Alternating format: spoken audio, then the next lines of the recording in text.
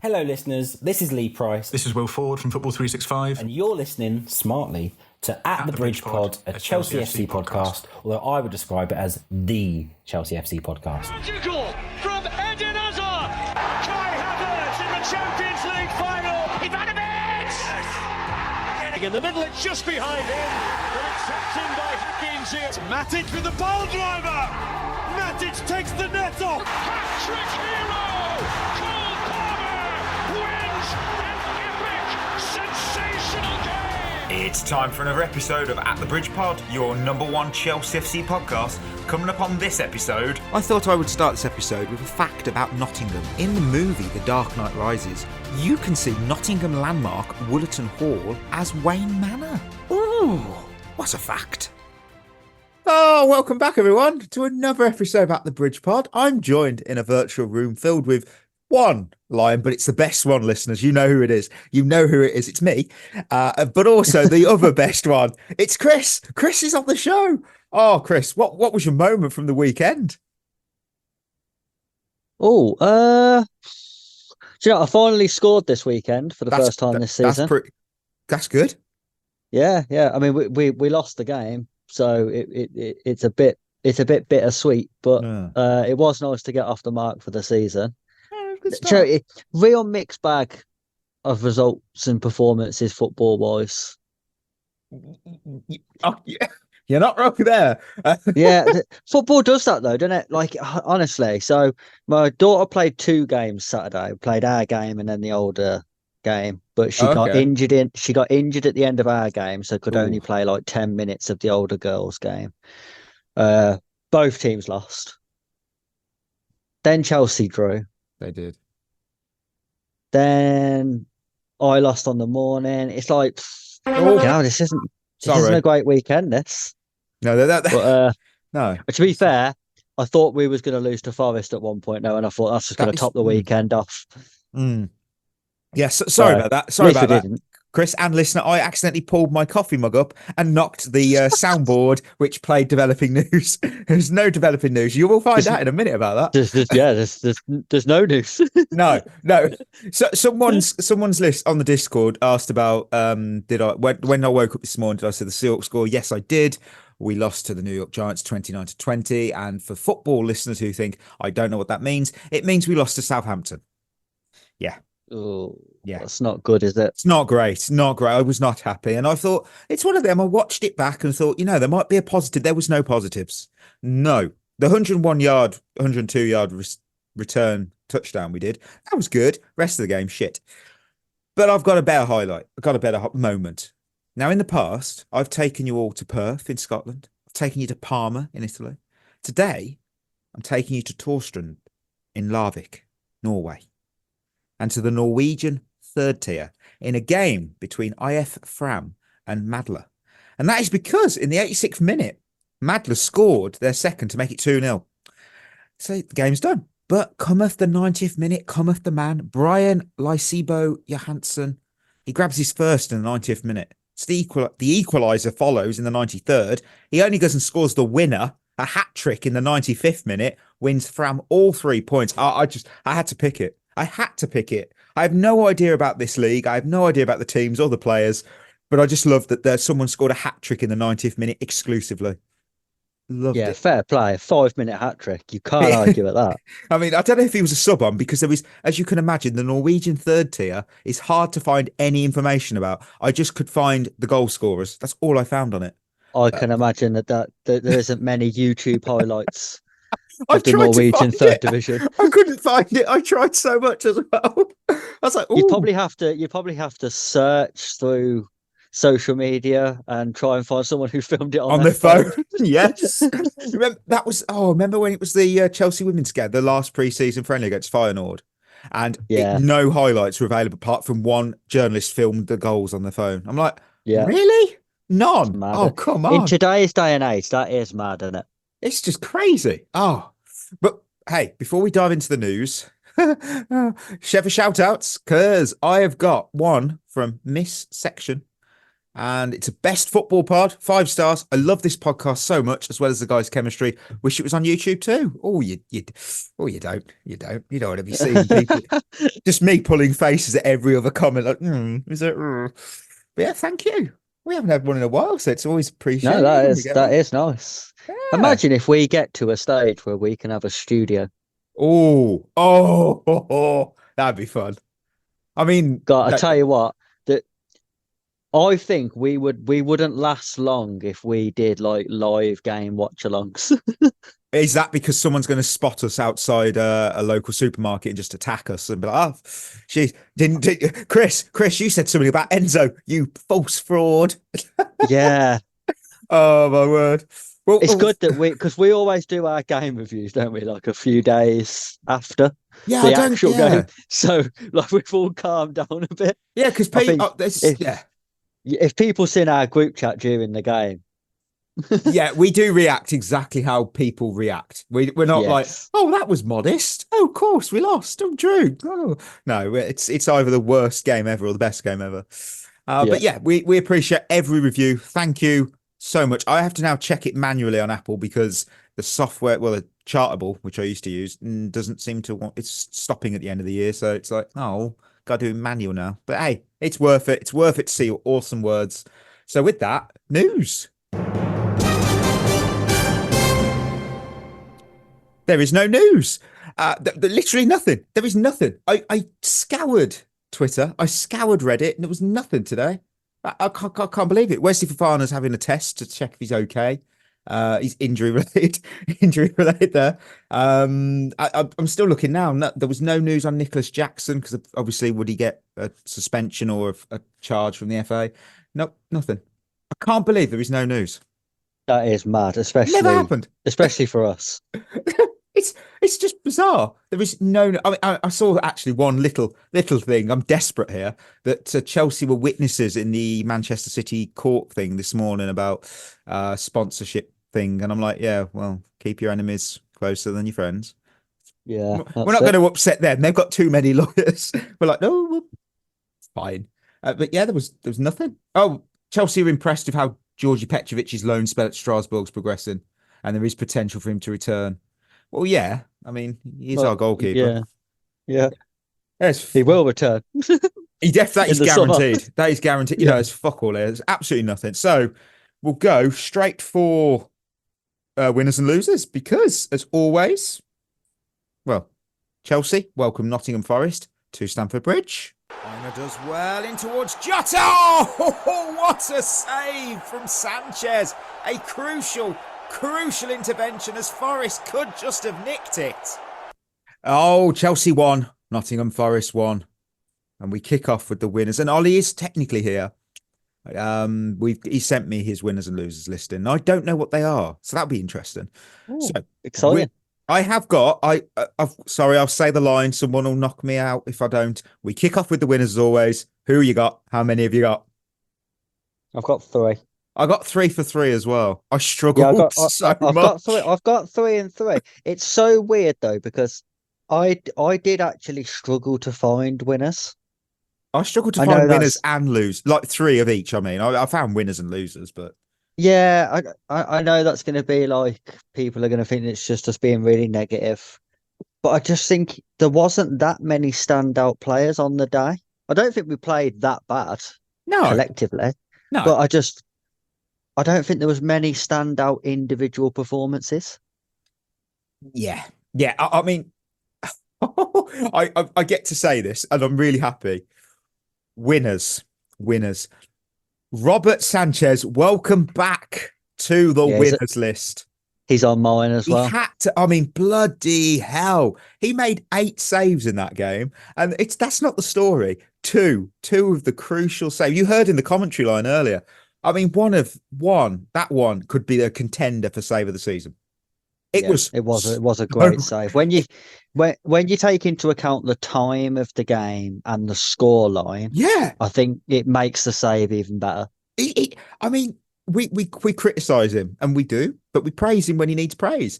You know, if he was in like 10, 15 years ago, I think he'd be like one of the greatest keepers in the Premier League when you weren't playing out from the back every single moment.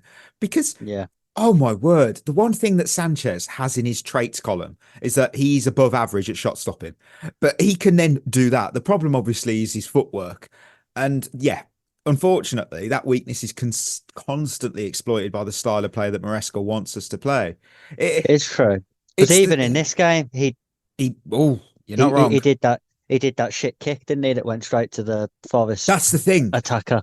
The thing with Sanchez is some games, like some people pointed out to me, they went, he could save the Titanic. Yeah, but in other games, he would do so only to drive headfirst into a smaller iceberg.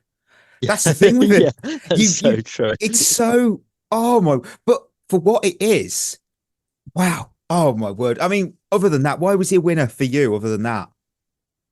Yeah, really, it was just those saves, especially want us a point. The save in injury time. I think it's a bit like a goal at the other end.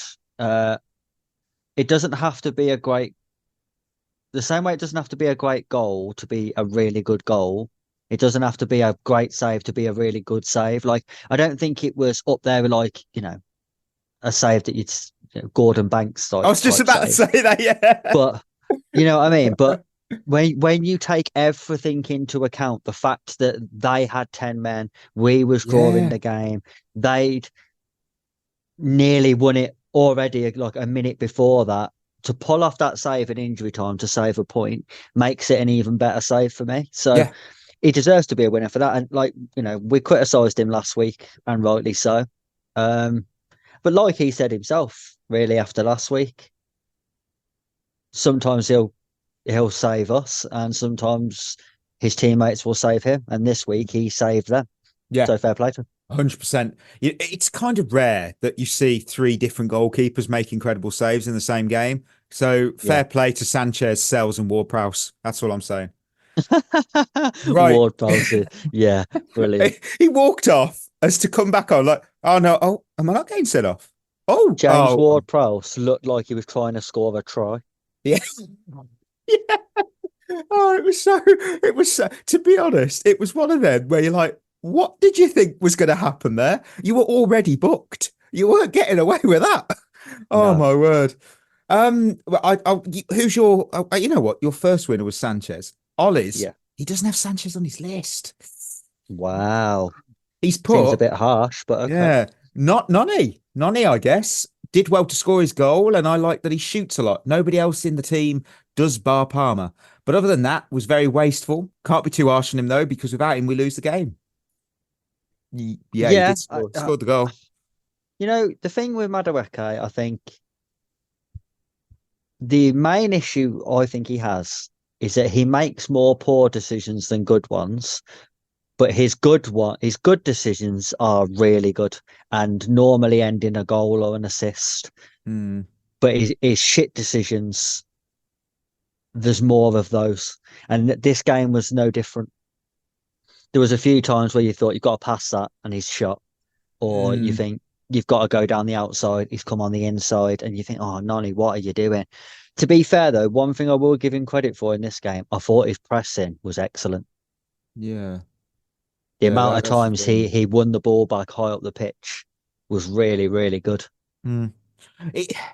See, I do love him. I think he's such he's such an exciting player, and when you watch him, he does give you that maverick element where you don't know what he's going to do, but sometimes he's a little bit too selfish. We keep saying it, but without him, we lose. Do you know, I think the thing with Madueke, though, that I think the concern with him is he needs to develop those sort of decision-making skills over the course of this season. Otherwise, he's at the risk of becoming an Alan Saint-Maximin. Like a really good player who excites you, but doesn't affect the game enough. Yeah. Because Alan Saint-Maximin at Newcastle was excellent to watch unless you was a Newcastle fan, and then he would frustrate the life out of you. Yeah. So I think Madueke's got to be careful that he doesn't become one of them who's really good to watch unless you support the team he plays for. I mean, this stat says it all. In the entirety of game week 7, he had more touches in the opposition box than any other Premier League player. Most attacking threat he was him. To be fair, yeah, I mean, he was frustrating in the first half of this game, especially. But with the group chat would agree. Yeah, I think I did say in the group chat though that he does look he did look the whole game the most likely to do something, the most likely to make a goal or score a goal. Yeah. So that's why he frustrates you though, because you think, why don't you do more of it? Like he did it once in this game. Why didn't he do it more of the better? So, do you know what he's got to stop doing? He's got to stop trying to hit his shots so hard. Every time he comes in off the right hand side and he opens up, he works it lovely to have a shot, but he wants to smash everything, and he puts more of them in the upper tier than he does in the goal.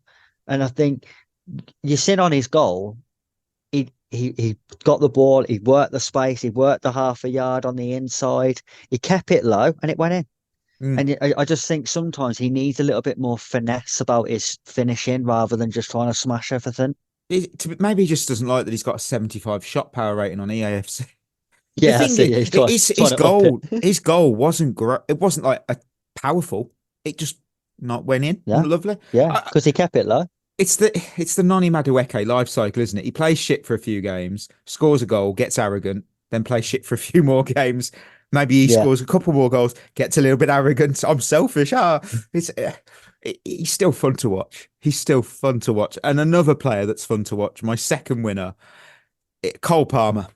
He bagged yet another goal contribution, but he isn't a winner. He isn't a winner because of that. I mean, he should be, because it adds to his already ridiculous stats. But he's a winner because I loved his reaction to the fight in the 90th minute. He's already on a yellow card for pointing out, quite fairly so, that a free kick was being taken from 3 yards further forward than the offence. But he knew how irritating these officials were. So when he saw that what let's call it a scrum at the end, he thought, nah, mate, I just want some chippy chips. He just took a seat on the floor and probably thought of those chips. Down. Self-control, ice cold self-control. It's memeable, but it was brilliant. He's funny. He is a funny guy. He is funny, yeah. He did have a nice flick earlier on in the game as well. I don't think that led to goal.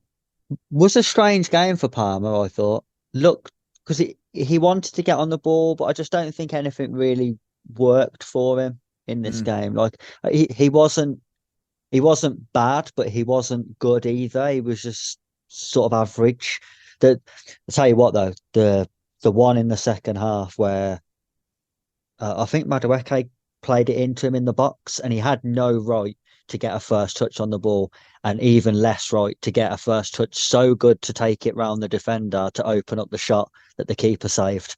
That first touch was outstanding.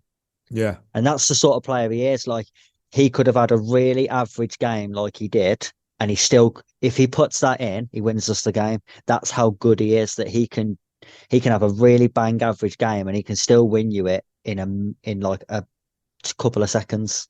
Yeah, I fully agree. I fully agree with that. Second winner then for you. This could be a first. It's definitely a first this season. It could be a first ever. I'm not sure. Oh, it ain't going to be Enzo. No, don't be silly. No, I was going to say, wow. No, Mikhailo Mudryk. Oh, okay. Okay, I can see. Do you know what? I actually thought he was really good when he came on. Looked to threat. Yes. Caused them problems in behind. Made good decisions on the ball. Brilliant cross for Nkunku, who should score. Everything you want from a sub. You mean when he ran the entire pitch? Yeah. That was incredible. He was so close to the touchline as well. But end product, because we've seen him do that before, and then he ends up losing the ball, or he comes inside, tries to have a shot, and it's the corner flag. End product. And I think, you think back to the European game, the last European game, he put in the cross in that game for Vega to score. Yeah. Maybe starting to develop, very early days, obviously, but I thought he was really good when he came on Sunday, and that's credit to him, because there was other subs who I will get to when we get to losers who came on and was the complete opposite. It's a shame, because it was that entire run was incredible. The pace was incredible, But you're right. He delivered. He crossed that ball in, and it is so perfect. And somehow Well, it's on a Nkunku plate. messed it up. If that was Giroud, that's in. That's the thing. That's in. It's I think such, if it's Jackson, I think Jackson finishes it. yeah. I couldn't disagree there. It just such a shame. Such a shame, especially because we've bashed him, rightly so at times. But he was good. He was good in that cameo, and it's a shame that he didn't get that assist for a winning goal as well. So, yeah, right. Second winner from Ollie. He's put. Now I've got to do a voice for this. He's put Sells, the goalkeeper for Forest. I just wanted to congratulate Sells, who managed to turn into prime Buffon against us, all while playing with a concussion. He definitely didn't fake it to time waste or anything. Clearly a true athlete. Yeah, he wanted me to be as sarcastic as possible. I did see that, and I am one because we all know what I'm like with the NFL, and concussion is nothing to fuck about with. I did see that. It wouldn't have if it was a Chelsea player, I'd have been pissed off. Don't fake that. Don't fucking fake. No. That's not funny. And he got away with that. And it was like, this is the thing. Is he all right? Well, he shouldn't be playing if that's genuine. So why are we carrying it on? Then you're like, fuck's sake. It can't mess about with him. He did have a great game though. Oh, he was absolutely outstanding. I thought he had a really good game, but I do think his two best saves in the game are poor finishes. They're good saves, but they're poor finishes. Like the Nkunku header, Nkunku should give him no chance to save that ball. Correct. It's a bit like, the David Raya one earlier in the season. I think it was Villa away. Yeah. Like, brilliant save, but Ollie Watkins shouldn't have gave him a chance to save it. And Nkunku was the same here. If he just heads it into the corner, he ain't going to get there. It was a poor finish as well as a good save. Yeah. Who's your third winner? I did struggle to find a third, I'm not going to lie. Yeah, I know the feeling. I've picked Mark Cucurella. Oh, yeah. Do you know what I'd like? He's a winner. Again, he was another one who I didn't think had a great game, didn't have a bad game, just had an okay game. I really like his energy and enthusiasm for everything, though. He always seems bothered. You know what I mean? He never looks like he can't be arsed. He's always full of energy. He rats around a lot. I can't believe he got booked for getting knocked into the stand. Like, I mean, how do you get booked? He got booked for being annoyed that someone knocked him off the pitch. Yes. How dare you? How dare you get annoyed at that? So that was ludicrous. I just like it. And you know what? I just really like him.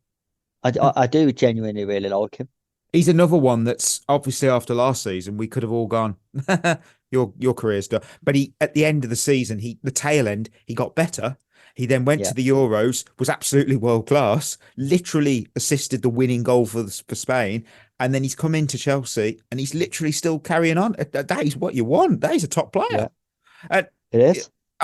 This isn't. I'll give Ollie's first. I'll give Ollie's winner, final winner, and he's picked Levi Colwill. Now he's picked him. Because he's picked him as I pulled his losers. I know what people have said about him not being captain because of his temperament, but I actually like his edge. I like that he fights, sometimes literally, for the badge and doesn't suffer dickheads like Williams. To me, that is pretty captainy. Good performance as well today. Bailed us out a few times. Passing was good as per. He's been quite an important centre-back. I can see him when we do our player rankings. He might be quite important.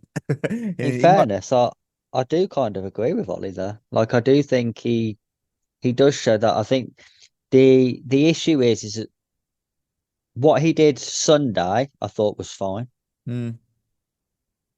But then what he did in the pre-season game wasn't. So it's like, it's right on that, which you get with players of his age, I suppose. It's right on the borderline of being a little bit petulant rather than leadership.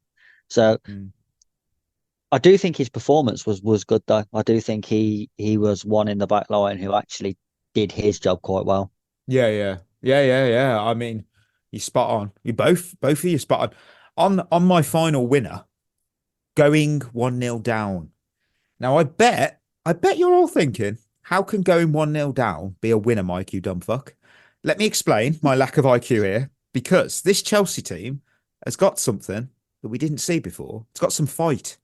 You know, so that's not Colwell. I'm just literally all of them. Because I remember back in the day, that day being literally last season, we'd concede a goal and it was like somebody knocked the wind out of us. We'd be out there looking lost, shell-shocked, like a boxer who's just took one too many punches. Now we seem to have a bit of belief. No matter what's going on, we could be down a goal, down a man. We got that mindset where we think we can still win this. I love that this team now has heart and they don't fold under pressure. And that is the difference between a good team and a great team. And we're starting to look like that latter. Because you know what that. Go on, carry on. No, it's because last season we went 1-0 down and we all used to say, game's over. Yeah. Do you know what changed that for me, though? The catalyst for that amongst the fans and the squad? Cole Palmer. Yeah. Because if you've got a player like Cole Palmer who can score a goal out of nothing, going 1-0 down, you don't think the game's over. Because we've got that player. It's a bit like when we had Hazard. You always thought, we've gone a goal down, but Hazard's on the pitch. So there's a good chance he's going to do something in a minute and we'll get a goal back. There's goals in the team now, though, and I think for the players, that's really important, that they look around after conceding a goal and you can look at Jackson, Palmer, Sancho, Madueke and think, nah, we've got goals in the team. We'll be all right today. I don't think we had that before. You know, when Jorginho's your top scorer with 6, there's no belief that you're going to get back into a game, let alone like you're not going to get back into it and score 1, let alone 2. So it's really hard then. But I think now the one thing this team is good at is scoring goals. Yeah. So the belief when we go a goal down like we did Sunday, there's still that belief from the fans as well that our attackers are good enough to get a goal. That's the thing. And we're I tell you what, it's exciting. It is exciting to see it because we all knew like the Poch team talk, second half we'd suck. That seems to have gone out the window as well, which is good. Well, as winners, there's always losers. And I'll go with a quick one. It's not quick, but I've got the other team are paid to play well too. Just that phrase. That's why it's look, Forest were frustratingly, I can't say decent, but they did the job during that game, and their goalkeeper, as Ollie put on Sells, he was just good. You know, he put in just as good of a performance as Sanchez did for us, and that's the thing we all forget. The other team are paid to play well too, and they did. And on that note, I will also touch on something from earlier. The officiating was shit. I mean, that second half, it felt like the officials were allowing Forest to just be rough, play rough, commit a naughty tackle, do some cheeky things without any action or consequence. But look, how many times have we all said that about an official? How many more times in the future will we say it? Countless. Just one of those days. One of those days. Chris, who was a loser for you? I've got to do it again. Oh, no. The midfield pairing. Oh, you're not wrong. Caicedo and Enzo. Now, I've actually seen a lot of sort of Enzo slander on socials after this game. And while I do agree, he was atrocious, both on and off the ball. I think Caicedo's avoiding a lot of flack as well, which he probably deserves because I don't think he was a lot better.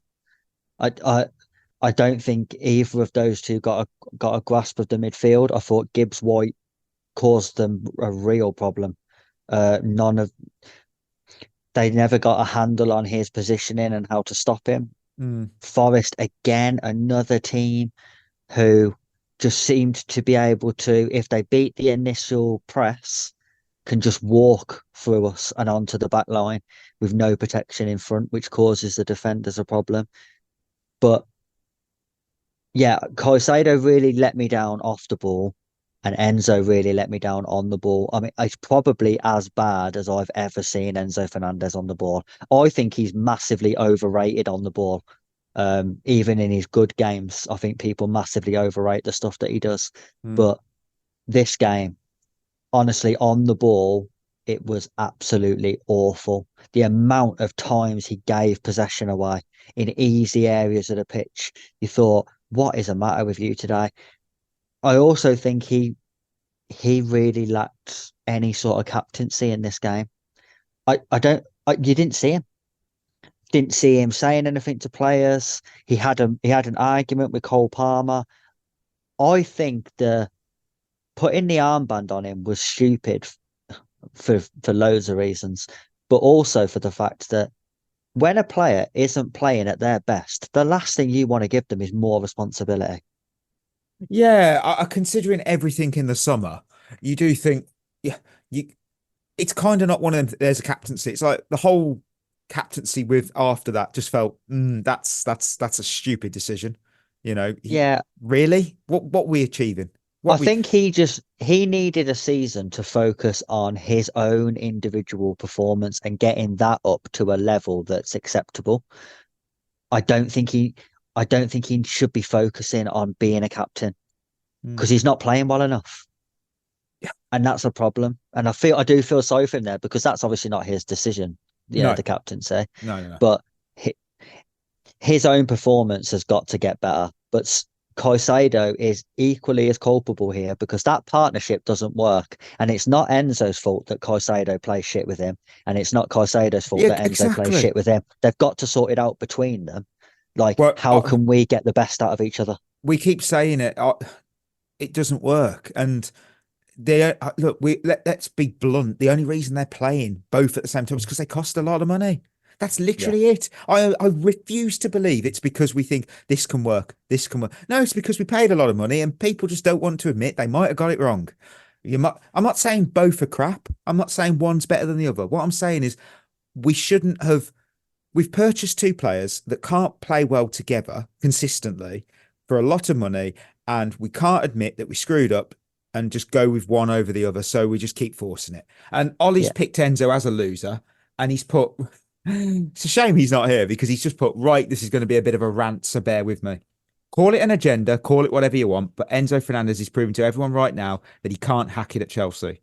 People pretend he's played well regardless of how he plays. He was absolutely woeful in both halves against Forest. You can't seem to criticise him rightly without an army of people coming to his defence, no matter what he does. Let's get it straight. He can't defend, he can't shoot, he can't take corners because he gave us the Willian special. He makes a handful of nice passes every game, and that's it. All this for a £105 million playmaker who has as many assists as Disasi this season. I'm sick of everyone giving excuses for these terrible performances.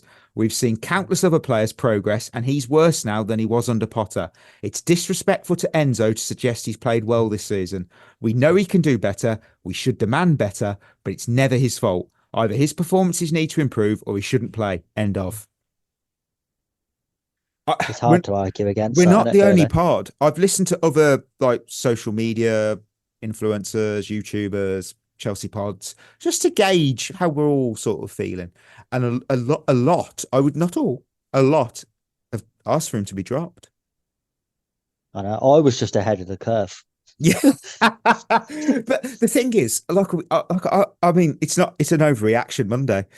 I don't think it'll happen. I don't think he'll ever be dropped. I don't think the ownership will ever. I think that will be pushed. That's the one thing I will be critical of. I think the ownership do say you've got to play both of them. We paid money. How about we just admit we screwed up and sell one? Probably Enzo over Caicedo. That's the thing, though, isn't it? Because that has been hinted at by two managers now. Yeah. Maybe listen to them. They know what they're doing. Yeah, that the board basically do say that those two have to play. But how long can you keep going with that until it doesn't work? And it's really detrimental to the team. At the moment, I think it is detrimental to the team, but it's not like the be all and end all. But I think, if we get to a point where that's the only area of the pitch that isn't working, you've got to come away from it, and you just have to accept, we fucked up. Yeah, those two don't work. I would love a pivot of Enzo and Caicedo that work. I would love that because when they're on their game, both of them are absolutely top class players. However, we haven't seen it. We see a little bit. We're not talking about a little bit. We need to see it consistently. Otherwise, what's the point? Enzo Fernandez is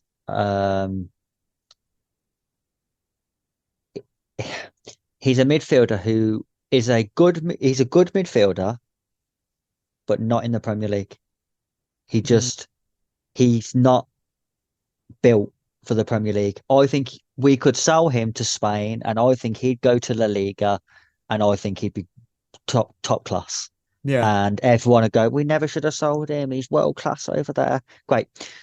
But but we don't play in La Liga, so it's pointless.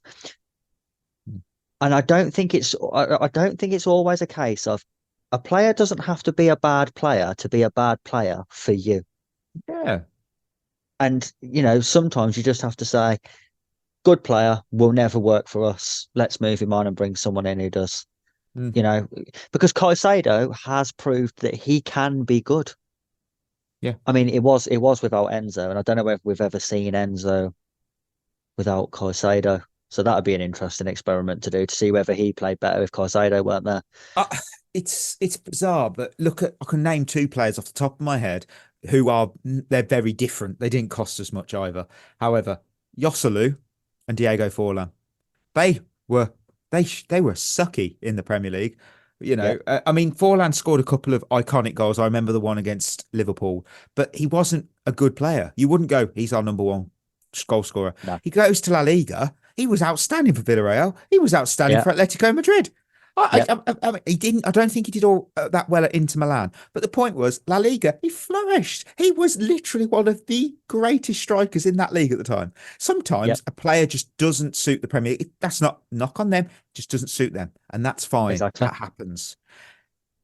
I don't know. We'll probably talk about this again and again and again, and it will be next game. Yeah. Well, 11 days. That's the thing. We'll see. We will see on that. Second loser, Chris. Who is it? Malo Gusto. I can't. Yeah. Well, can't remember much about what he did. I'll tell you what he did. Gave the ball away loads. Yeah. He's another one. I feel really sorry for him because I'm watching him do something that he's just not very good at. He's inverting from that right-hand side, playing almost like an inside right forward. And you think that is not his game at all. We've seen how good he was last season, just playing as an overlapping right back.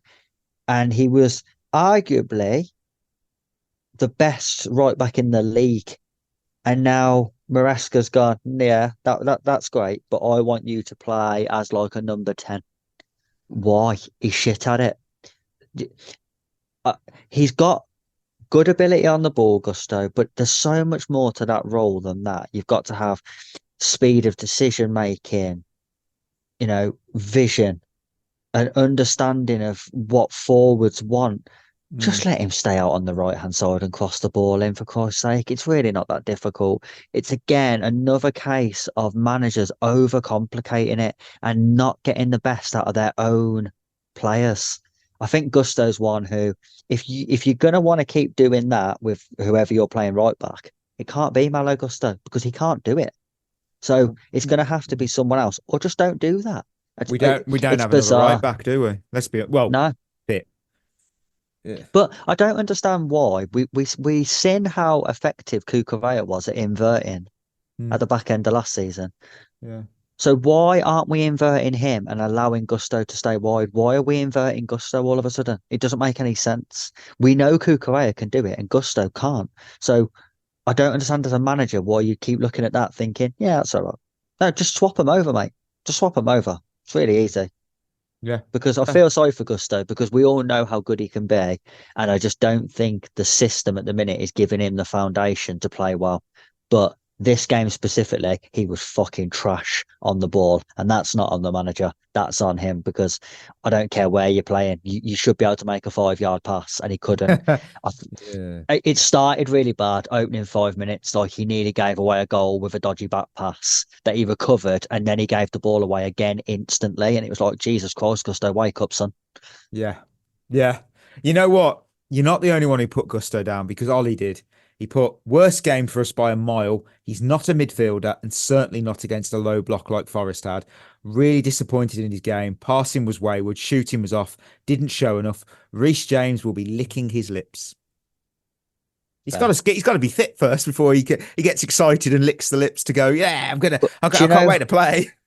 You know what it is, though? It seems to me like that's what Maresca's waiting for. He's waiting for Reece James to be back because Reece James can actually play that position that Gusto's playing. But he's made of glass, Chris.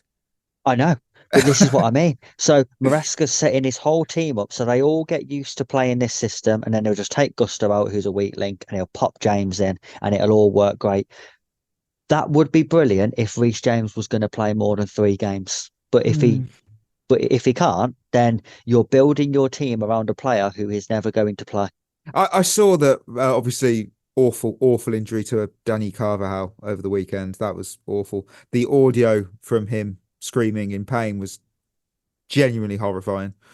And some people had said, oh, that's it. They'll make a move for Reece James. No, they won't. They'll make a move for Trent Alexander-Arnold because one of those is fit and playing well. Second, one of them's going to cost them nothing if they get a pre-contract agreement. I don't see them going, oh, we'll take the risk and get... No, they're not going to do that. They're not going to do that. They'll go for Trent. Exactly. So my second loser is our discipline problem. Because you remember on the Friday show when I asked if Chelsea had a discipline problem? Here is a stat drop, but it's not worthy of any club. Maybe this is a detention stat drop. Wesley Fofana and Mark Cucurella are both suspended now for Chelsea's trip to Liverpool after picking up 5 yellow cards. They are the first 2 players to accumulate 5 yellow cards in the Premier League this season. Cucurella shouldn't have got booked up. Now Cucurella's was a joke. Now, there's a good reason. I'm glad that you've said that because Judge Mikey's in session.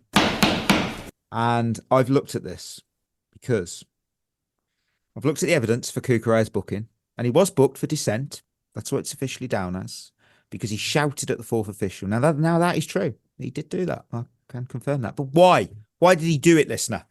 Well, Nico Williams pushes him right into Enzo Maresca, which was dangerous, and he was pissed about it, rightly so. It was dangerous play. And I don't believe, in my opinion, Cucurella's response warranted a yellow card. You know, you can go, but he shouted. Yeah, he bloody did. He was pissed off. He nearly got injured. He took out his manager because he was pushed. You know, that's the... What frustrates me is the one thing our players, though, need to do is just be a little smarter, because this is going to be controversial, but there is that sense that referees love an excuse to book a Chelsea player this season. It almost means more to get the name scribbled down in the book. And I'm starting to wonder this, because the same game I saw a Forest player kick the ball away. Nothing happened to them. Yes. Yet we've seen time after time that law gets enforced on us. And on other teams. I don't give a shit if the when referee not doesn't playing us. Yeah, if the referee doesn't want to give a booking for that, I completely understand that. Okay, cool. However, please don't 5 minutes later go, kick the ball, best book you. No, you can't do that. That's not fair. You can't do one rule for one play. Has to be across the whole game. Otherwise, exactly. It's not consistent. And then we get, like I said, that second half was just awful. That was just It was awful officiating. Dreadful. That's the thing. And it's so... You can't appeal a yellow card. That's just not how it works. So, which is also stupid when it leads to a suspension. Yeah, I think that's where the rule... I mean, obviously, you could appeal every yellow card. I do think, though, if the yellow card leads to a suspension, 5, 10, 15 yellow, then you should be allowed to appeal if... That one yellow. Use your common sense to go, I don't think that's a booking, I want to appeal it. Okay. Yeah. Otherwise, you'd be like, I'll appeal it all. So it's just frustrating. Absolutely frustrating. Ollie's final loser was Enzo Maresca, and he's put because starting Cucurella was a mistake, considering he's now banned from the Liverpool game. Vega would have been fine for this game. Subs came far too late, even if they didn't make an impact. Also. You can't get him to score himself. I won't blame him for missed chances, but he's got to iron this shit out. I don't think it was Maresca's best game, though. I think the thing that concerned me most about it was this is the first time this season I'd say we've faced a proper low block. a Yeah. team who was really happy to just camp in and defend, which is something we have struggled against. And it didn't seem like we had very much of a plan B of how to break that down. I did laugh. know, Because I laughed at the James Ward-Prowse red card because I saw a lot of people go, "That's it, done." I'm sorry, have you not? I've seen this film so many times now. You do realise that a low block is 10 players behind the ball, apart from obviously a striker that sits on the halfway line. They've now got that sort of 10 players removing another. Obviously, they brought on a midfielder, but you're like, they're going to sit and block this game out because they've got a point. Well, I never the thought thing we'd is, score. the 2 games that we have faced low blocks, Crystal Palace and Forest, we haven't won any of them. Yeah. And you look at the good games that we have had, for example, Wolves away. It was playing, and I've said this, that I'll give Maresca credit for adapting to the players that he's got. And when we played Wolves away, quick counter attacks, using the space in behind, brilliant. But if he can't break down low blocks, and the only way he can win is by using almost identical tactics to what Poch did last season, it makes the appointment of him even more pointless than I thought it was at the time. Because the idea was, we was all told that, Poch was being sacked because of our style of play. But the only way this team wins games is by playing that way. That's why he did it. And that's why Maresca's done it as well. Because when we play possession-based football, and in this game, we dominated the ball, we don't look like scoring a goal. The only time in this game we looked like scoring a goal was on the counter-attack. And Kunku's header being prime example. Mudryk getting the ball and just driving forward on the counter when teams are outnumbered. The minute we slowed the game down and Forest got back into a shape, we didn't look like scoring in a month for Sundays. So I don't know how much longer we have to piss around pretending we're this possession-based team before we just go, actually, we are just a really good counter-attacking team, so why don't we just do that? Yeah. You know what? I'm going to go my final loser because it's a very quick one. Sky Sports, just for choosing to air Villa 0, Man United 0 over this. Yeah, fair play. It was. I'll be honest. Someone's going to say, "Did you watch the highlights?" No. Why would I do that?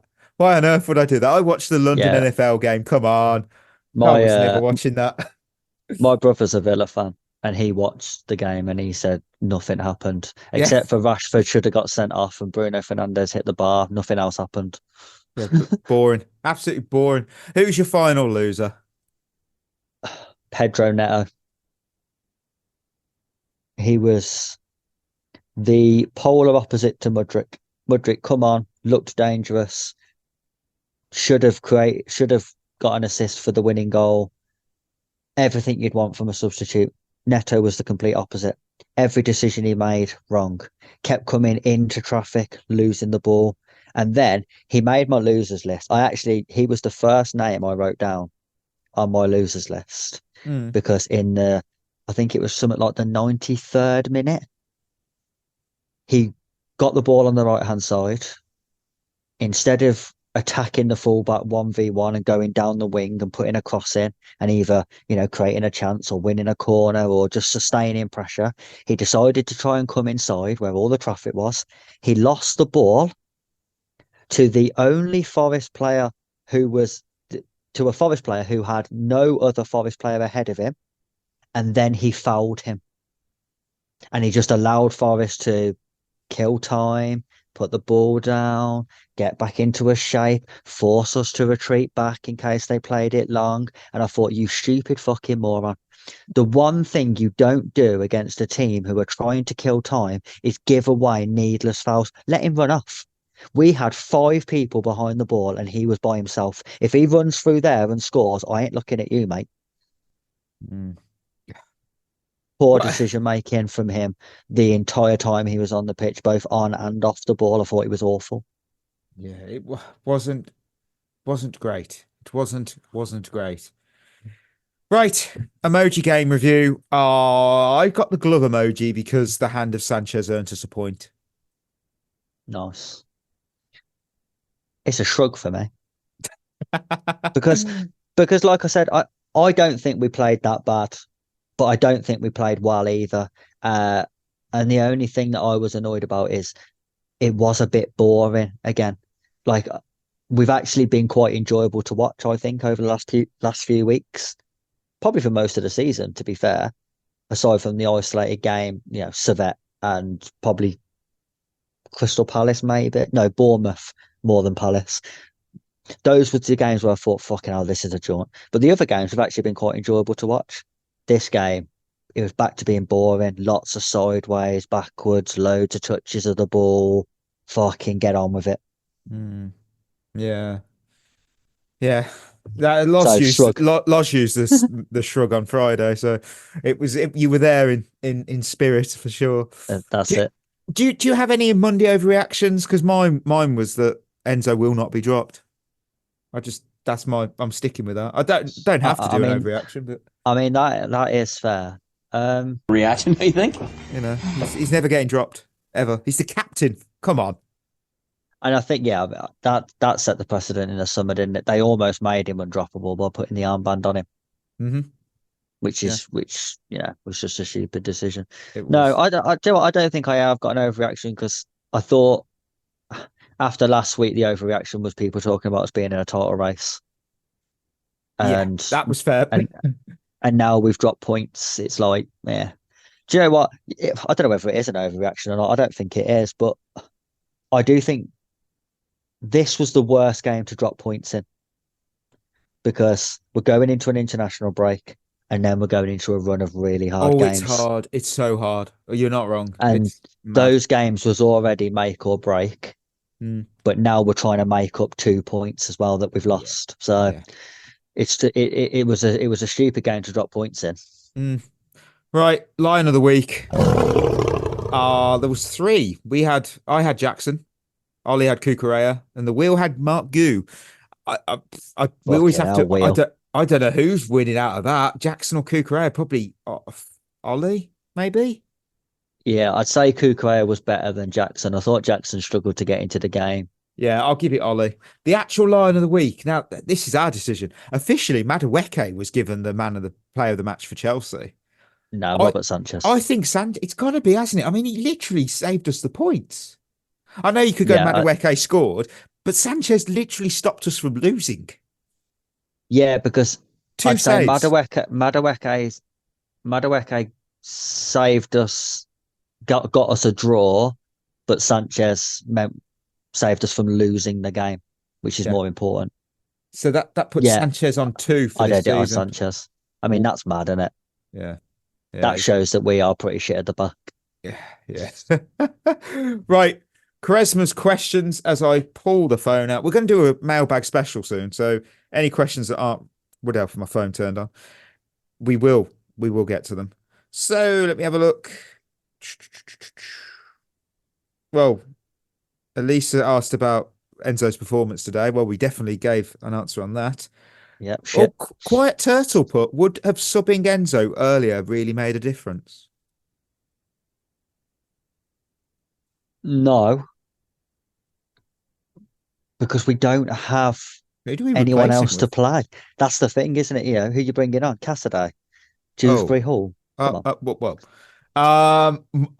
This one's a reference from the Friday show from Moy Sandoval 24. Loz and ATB in the same pod is like all the past and present Spider-Mans in one film. That's good. How do I say this? Shkumoa? Already shaky defensively. How will Liverpool go without Fofana or Cucurella after their yellow cards? It's a worry. It's a worry. Tosin will come in. Yeah. Tosin will come in for Fofana, you would imagine. Could be Disassi. Vega coming in for Cucurella, though, is a big one. Yeah. Because Vega's been really impressive. But he is up against Mo Salah. Yes, he is. I mean, to be fair, Mo Salah has been pretty average this season, to be fair. He hasn't really set the world alight. But he's got that game in him where if Vega isn't on it, Salah could absolutely rip him apart. Yeah. it's a problem. Yeah. We have got some other questions on here. We will save those for the mailbag next Friday because we're going to literally have a lot. It's international break. What did you expect? There's not a lot. It's come round. It's come round quick. Oh, I can't believe we've got to do player rankings on Friday because it's like as much changed a little bit has to be here. So, right, we're going to wrap up today's show with a brand new end of show game because Chris is on his own, but he gets to enjoy it and the listeners can go, oh, that's how it works. So we're going to play Guess the Player by their career path. It's inspired by the popular game over at Football Park. I thought, why not borrow that idea? So here's how it works. I'll describe a player's career path and it would be everyone's job to guess who it is. We'll use everyone's favourite reliable source, Wikipedia. Not a sponsor. There's other websites that are available. First person, Chris, to guess correctly takes the win. If there were other people and they guessed wrong, they'd be frozen out until everyone else had go. So I've got three players ready for this pilot round, and that means you can do it. So I feel let's see if you actually get this. So that'd be interesting. Okay. So the first this is pressure, by the way, when you're by yourself, because if I can't get these, the whole game falls apart. Right. So this player started his career at Ajax. Could be anyone. He then moved to AC Milan before moving to Juventus. He then joined Barcelona on loan before moving from Juventus to Inter Milan. Is it Zlatan Ibrahimovic? It is not. He then moved from Inter Milan to Tottenham Hotspur before moving back to Ajax. He then moved to Crystal Palace. Fucking hell. Before finishing his career at Barnet. That's got to be the giveaway. Davids. It's Edgar Davids. Oh, I could see the Zlatan thing. I could see when it goes into Spurs. Well, yeah, it's because, let's face it, Zlatan at some point has played for every club in the world. Yeah, that's true. That's true. Right, next player.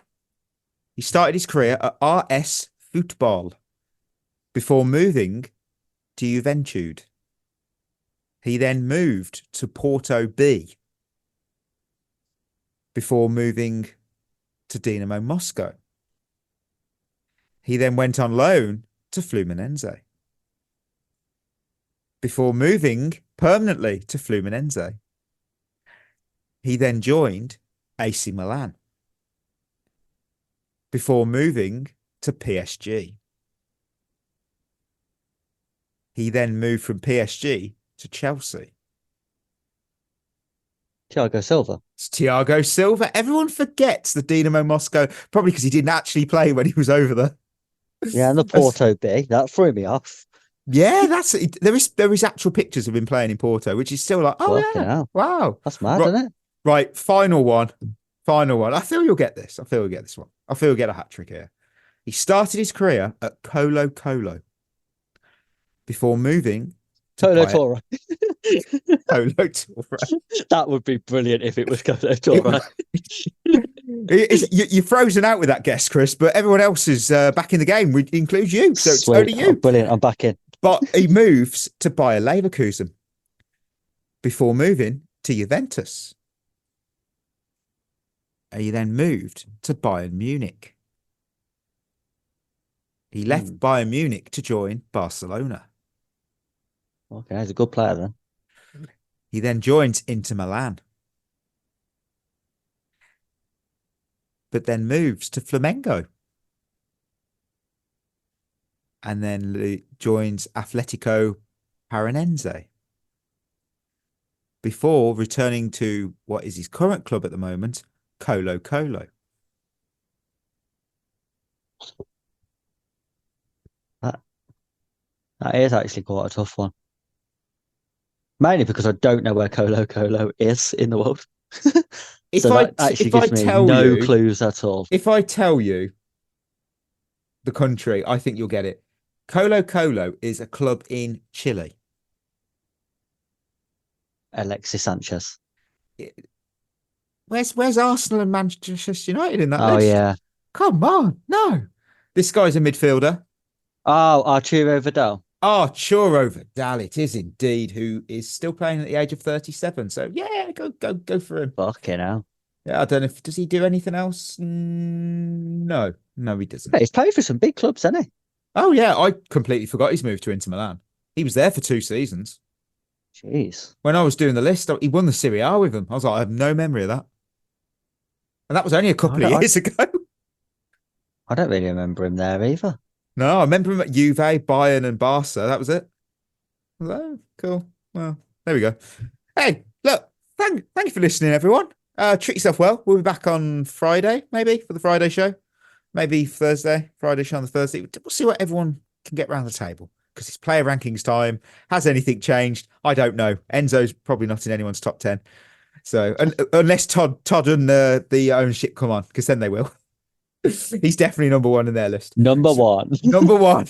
But till then, that is going to be us signing off. You've been listening to At The Bridge Pod, a Chelsea FC podcast. Follow us on Twitter and Instagram by searching for At The Bridge Pod. And if you're listening on Apple or Spotify, leaving us a review is always appreciated.